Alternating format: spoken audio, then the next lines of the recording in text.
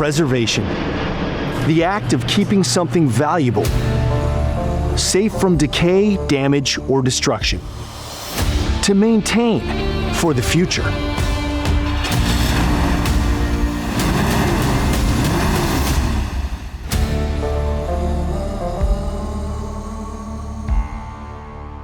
What's up, everybody? Chris Jacobs here, and today we're going to take a closer look at the Thoroughbred Mustang Collection, a group of cars so well restored that one of them has even been given Mustang Club of America's prestigious Thoroughbred Award. Another, as optioned, is considered a one of one.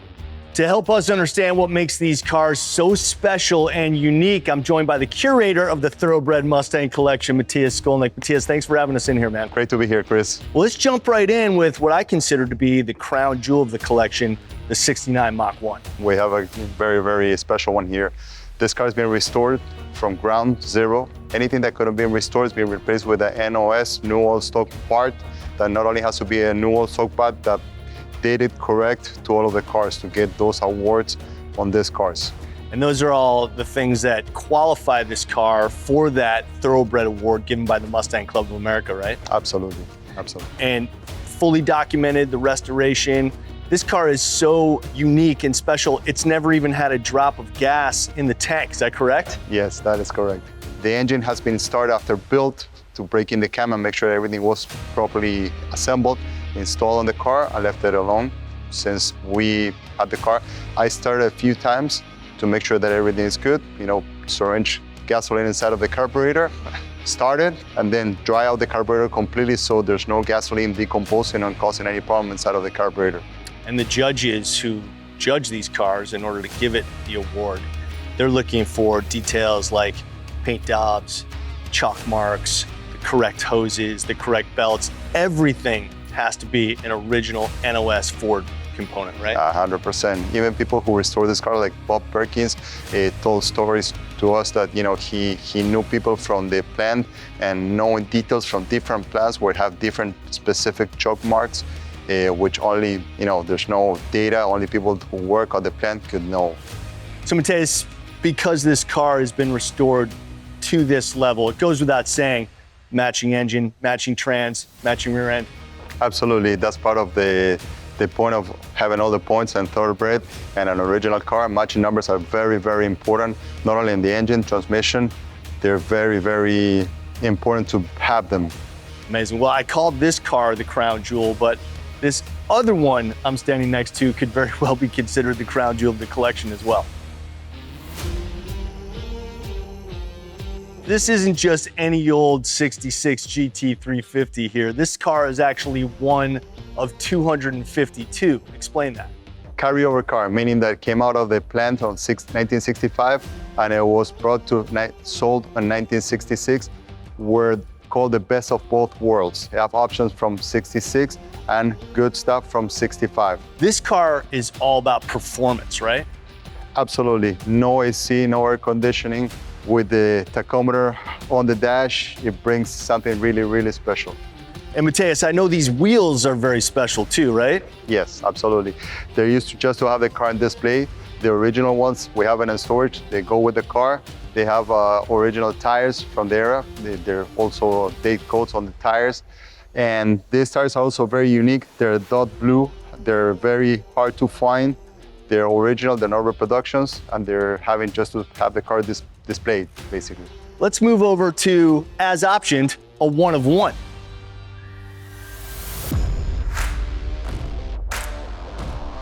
All right, Matias, another GT350, this time a 67, done beautifully in this dark moss green exterior over black. What makes this one special? Options, definitely options. They were very unique, like you said, 101, automatic transmission, power steering, air conditioning on a Shelby. So it's very, very rare on a Shelby to see all those options. Usually we're naked performance. This one you can have the performance 289 with the same solid lifters, with the same 306 horsepower on an automatic transmission that you can cruise. Also, in my opinion, one of the nicest combination of color and shape of cars, Mustangs. Wow, Matias, these three cars are incredible, but there's a lot more to see in the Thoroughbred Mustang collection. Will you show us around? Let's do it. Well, Matias, being the curator of this amazing collection, it's probably safe to say that you have your dream job. What was the beginning of your passion for cars? Well, I work on cars every day, as you say, also creating this collection. But starting when I was 16, I started my family business with the jewelry that lead pretty close to restoration and, preserving components, metal components from these cars. And I started in the technical school. I was sent to what was the equivalent of a NASCAR in Argentina. So I was sent for the whole year to go help on the weekends with the race. And that's, bring up, all the passion that I have from cars. My therapy, my hobby, I love classics. They're my passion more and more. They're incredible. They have secrets, they capture stories. Preservation is very important. Like you have the car restored, you received it, day one again, reset, and then you need to continue. Now the task starts ticking the clock, time goes by and whatever you see like a rust spot or a surface rust, you need to treat it, you need to fix it, you need to do something. Carburetors, fuel systems, you gotta be gentle, you gotta be precise on what you do. Well, Matias, your passion for this whole collection is obvious, and it carries through with this beautiful trio of convertibles that we're standing next to. Let's start with the yellow one. This is an unrestored 65, meaning that it was never restored, it was always preserved to the point that I had to replace the water pump and the radiator hoses, a topic that we've been talking for weeks before. We said, let's do it so we can keep starting every week and do the warm-up process. Very important on the preservation. Just don't leave it on a side, on a cover, clean, but not unattended.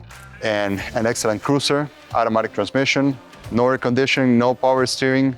It's the K-Code, the lowest horsepower rate of these three, but still you have 200 horsepower. Very capable to drive you around and have fun around the roads. I was just about to use that same word, cruiser. You don't need a lot of power when your top goes down, right? But it still moves pretty well. 200 horsepower, it will still move you around in a good way. All right, here's another 65 convertible, this time a GT.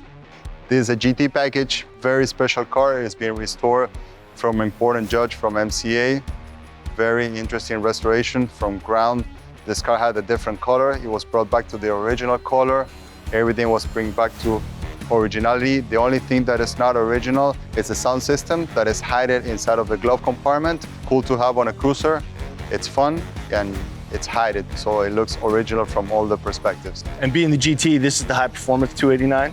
Well, the GT, it doesn't put the engine type, but this is an K-Code. It's a 4-bar carburetor, 225 horsepower, 4-speed manual, so a little more on the muscular, more performance-oriented side of the convertibles. But, we started with a little more of a spicy 289. Spicy 289, I like that. And finally, the 65 convertible with the top down. Let's talk about this one. Going back to performance, yes, it's a step forward. 271 horsepower, solid lifter. That's a particular sound that I was talking about on the Shelby. It's the same configuration of the drivetrain, a little bit less aggressive, but still a little bit more Tabasco sauce on this 289 than the K-Code. 4-speed transmission, fully restored after it's been in the hands of Bob Perkins. A few items that were corrected by him, a few NOS parts that were added from him, from his shelf of incredible NOS parts. Believe it or not, this isn't even the extent of the collection. There's more to see. Absolutely. Pace Car Edition Mustang. Now, while this car never actually made an appearance at Indianapolis, it's pretty special in its own right. It is. First of all, it has a very, very good restoration. Fresh, it's been done a few years ago, and really, really good quality restoration. You're right, official pace car, it's never been a pace car, but Ford did like approximately 180 cars, sent us a bonus to the dealerships to be able to sell them to their enthusiasts of Indianapolis. So it's got a pretty cool story. This is the way they came from Ford. It's not a car that it was transformed into a pace car, but came straight from Ford factory. So it's got a 260 V8, it's got an automatic transmission, power steering. It's a coupe, So very interesting combination of color. The blue and white interior, it's very nice. It's a simple but very effective Mustang collector.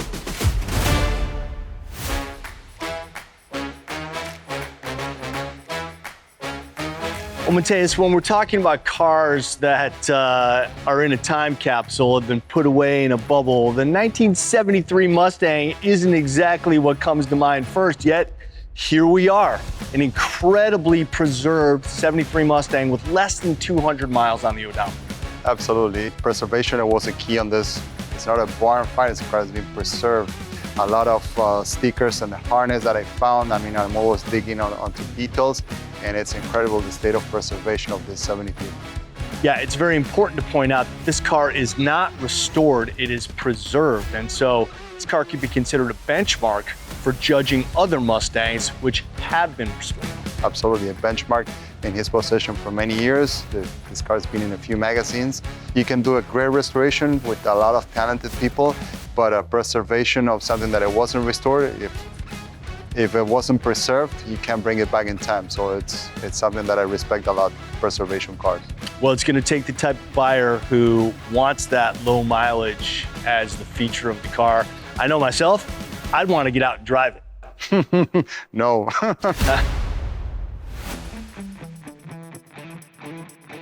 Wow, this 66 Fastback is gorgeous. What an incredible preservation here. And Matias, Mustang Club of America agrees, right? Absolutely, multiple times awarded. It's got a gold medal awarded, and this car has been restored.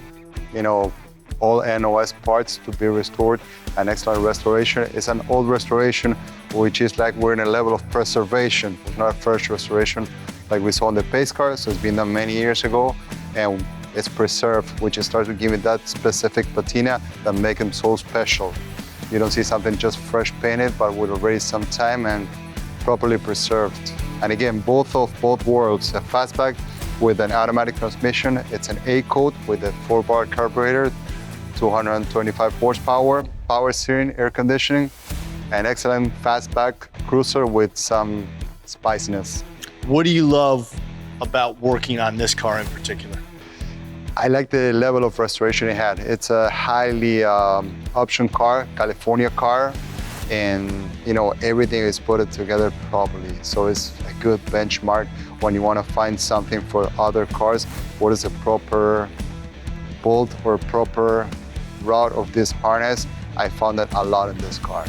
And this car is very, very well documented too. In fact, this is the original window sticker right here, and down in the corner, it says that this car was originally sold out of Hollywood Ford in Hollywood, California, which is the perfect segue to our next car, which also has a Hollywood connection. Well, from a 66 with its original window sticker to a 2008 with its original sticker still on the window. This, of course, is the Bullitt version, but what's special about this car is what's under the hood, right? Absolutely. Jackie Jones sent this car to Rouch. They installed a supercharger, a short shifter, and the fuel system with a dual pump from the 500. And it's very fun to drive. The 4.6 really brings up some horsepower, some enjoyment on this GT package. A few more horsepower on the Bullitt version on these cars, and definitely brings it more for the San Francisco streets and just go for a ride on San Francisco streets on this Bullitt.